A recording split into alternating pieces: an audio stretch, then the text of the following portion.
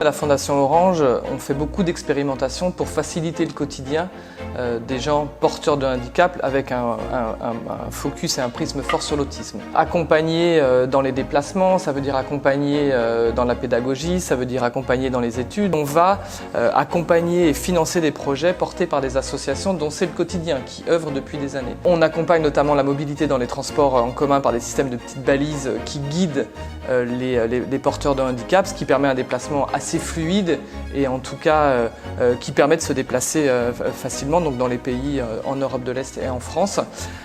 Et en Espagne aussi, on a fait l'expérimentation. On travaille dans l'inclusion par le logement, sur les logements inclusifs, participatifs. On travaille sur des expérimentations aussi pour l'inclusion dans les études, avec l'Université de Toulouse notamment, pour que les jeunes étudiants puissent avoir un parcours, être accueillis, être vraiment en situation d'études complètement favorisée en tout cas, aidante et permettant de faire des parcours brillants. Sur les JO, on va aussi faire quelques actions puisque le groupe Orange est partenaire des JO. On va travailler l'inclusion, que ce soit pour l'accès au stade, que ce soit pour l'accès aux images.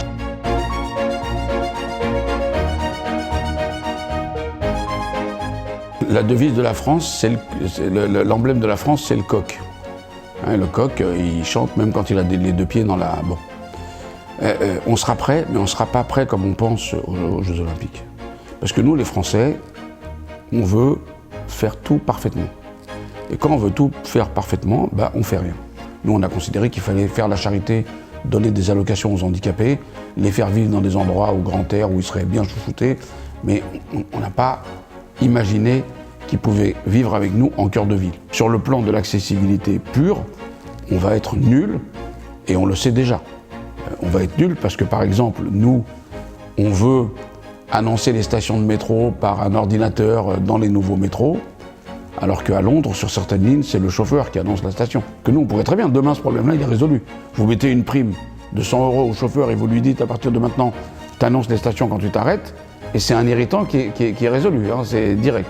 On va prendre la pâtée sur le plan de l'accessibilité, mais là où on va être extraordinaire, c'est que les Français sont des gens extraordinairement généreux, extraordinairement aidants, et donc il va y avoir une compensation par le surcroît d'humanité des gens qui habitent ce pays, et les gens qui vont venir ici, bah, évidemment, comme ils vont beaucoup mieux manger qu'à Londres, ils trouveront ça génial.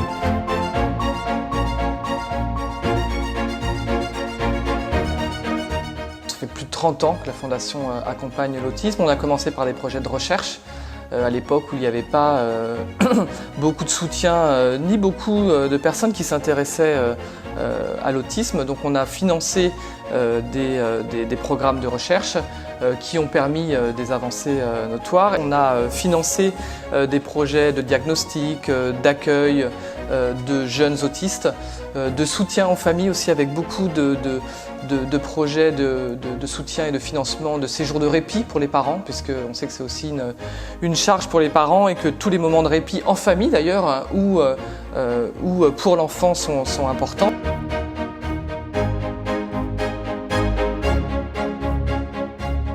On a introduit le numérique puisqu'on a un accompagnement soutenu par le numérique, que ce soit pour les jeunes, pour les femmes dans des situations de précarité, mais aussi pour l'autisme. Donc on a intégré notre soutien avec de l'équipement, avec des tablettes. On a plus de 500 établissements qui sont équipés de tablettes aujourd'hui, mais on a aussi équipé avec des applications.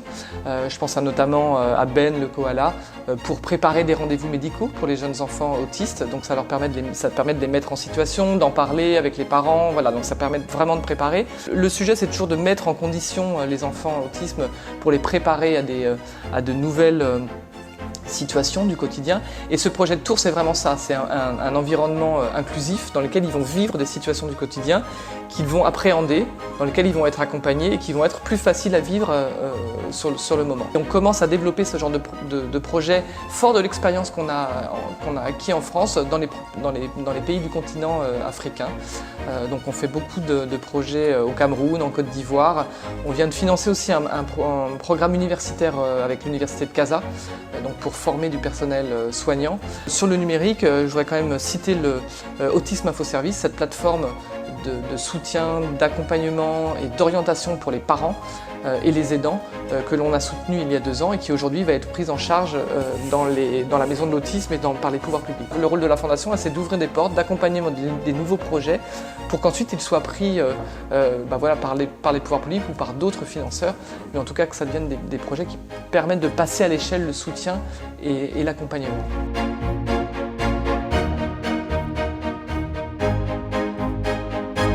C'est un sujet fascinant parce qu'il est au cœur de plein de problématiques.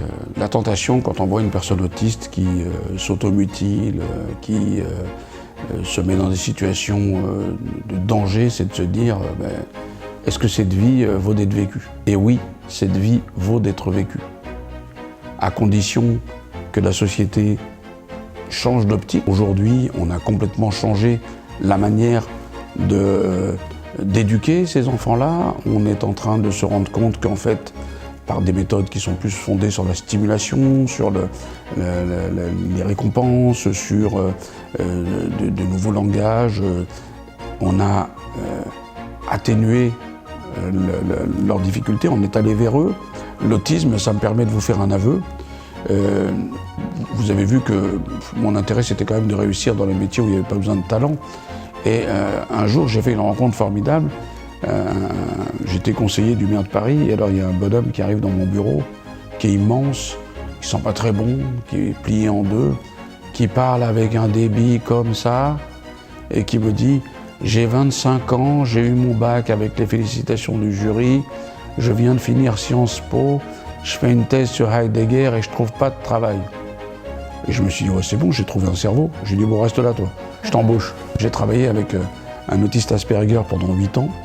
Et là, pendant 8 ans, les gens se sont dit, mais parce qu'en fait, il faisait ma recherche documentaire, il m'aidait à écrire mes discours, on avait des échanges sur la vie, le monde, l'histoire. J'ai présenté Joseph à plein de gens, il est devenu auteur de best-sellers, et maintenant, si j'ai besoin d'argent, c'est à lui que j'emprunte. Ça, c'est vraiment une histoire magnifique, voilà, de quelqu'un qui a eu l'opportunité, comme il le dit souvent dans ses conférences, de rencontrer quelqu'un qui lui a pas demandé de le regarder dans les yeux. C'est merveilleux de voir, en fait, comment des intelligences qui se construisent différemment, des gens qui empruntent des chemins différents, peuvent vous ouvrir les perspectives.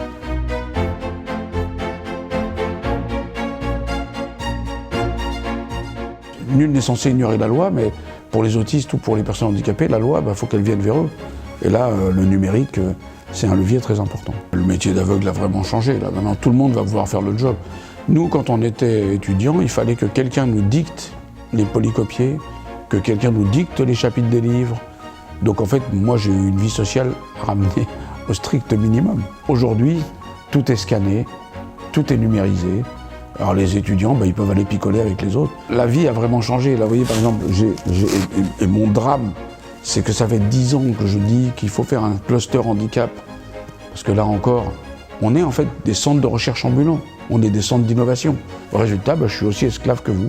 J'ai 4 GPS dans l'iPhone, dont un qui a été développé par un autre GAFA qui est Microsoft, qui me permet non seulement de savoir où je vais, mais de savoir devant quelle boutique je passe. Ça y est, je suis enfin devenu un homme normal.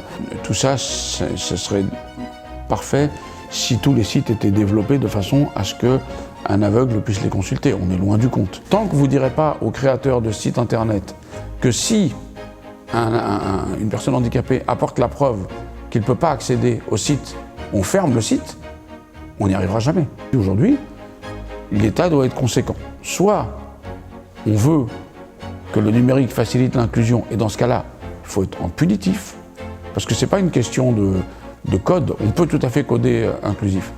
Soit on s'en fout et on continue de faire du Tartuffe. Vous savez ce qu'il disait, Tartuffe?